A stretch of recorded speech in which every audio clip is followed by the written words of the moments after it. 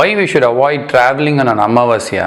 So you might have heard from your grandmother, like you were starting for something new and suddenly they say it's an Amavasya day, don't do it on the next day, do not start any travel on so and so day. It's a simple common sense with some spiritual meaning behind it. So let's go back in time where we were living in villages or we were living in forests as a tribe or living in caves or anything. So Amavasya day is a time, there is no, that time you also know, no electricity, no lamp, or maybe fire was there.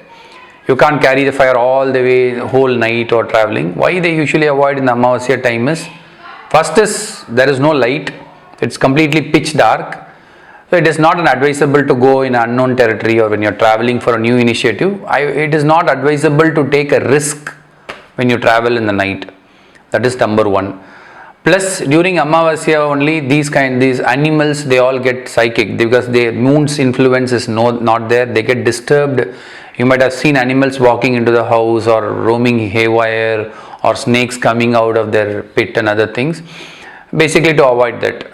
The third reason is because that is the time mostly these tantric practice people would engage themselves. A lot of angels and a lot of spirits will be, they use it to capture them, to siddhi those mantra and bring them to their control. So that is also, when you go there, on that time it's very easy for them to get, you might get influenced by those spirits or you might possess those entities into you. So that is why they avoid taking new initiatives as such on Amavasya day. And the last one I could think of is very simple. Without the moon, you need all the planets' vibration, right, to make you think. Like each and every planet has certain functionalities in your physical body and your emotional part of it, the spiritual side.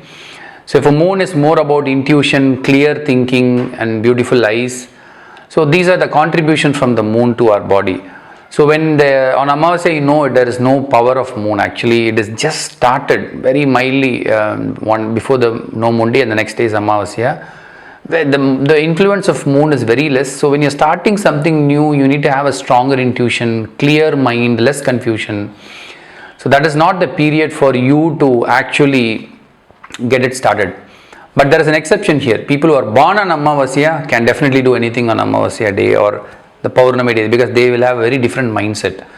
Particularly the feminine, the females, they would know during the cycle they have a lot of emotional disturbance with Amavasya and Paurnami. There are some people who say, Paurnami day I get so aggravated or Amavasya day I get so irritated. So because of the moon's influence. So that is why to have some moon power with you and when you go out on Amavasya is better. That's why they avoided on Amavasya. You can do it on the next day out of it. But now there are unfortunate situations. Today you have modern day apparatus. There is no animals outside. Maybe in the city we don't know. There is a lot of electricity. But what about the spiritual aspect? I have to do very important things on Amavasya. In that case, you can definitely chant some Chandra Gayatri mantras. You can do it. Or you can have a moonstone, pure moonstone pendant or crystals, anything with you which you carry along with the body. That would mimic the moon power with you. And then you can start your journey. I am talking about unavoidable circumstance. These small things can help you in it. Otherwise, other simple methods I can tell you is you can, when you are stepping out, you can close your right nose and breathe through the left nostril for at least like 21 times and activate the feminine part of it, the intuitive part of your mind. Then you can start your journey. But that time when you step out of your house, you have to keep your left leg, not the right leg. So that is another simple remedy without spending any money. You can even do that. So do tell me, that is the meaning behind why people avoid it, and somehow in today's world it is still relevant.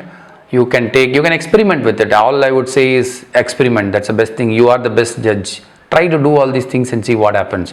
Don't make any life-changing decision and experiment on Amavasya. Try to do with small things and see the observation here. Okay, that's all I wanted to share. That's the meaning behind why Amavasya day you should not go out.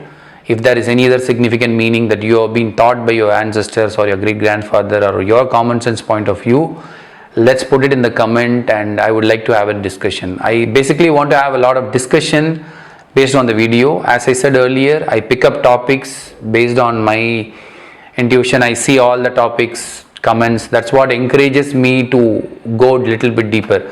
Otherwise, I would just read it and I'll go on. So, and be specific with your questions. Don't ask me too broad questions like talk about group dynamics, talk about Kundalini. These are very big subjects. We can keep on talking, and still I would say I would not feel satisfied. Be specific, like these kinds of small things we can discuss and trigger spiritual thoughts in us. That's all I have, and I'll meet you in another interesting video. Bye.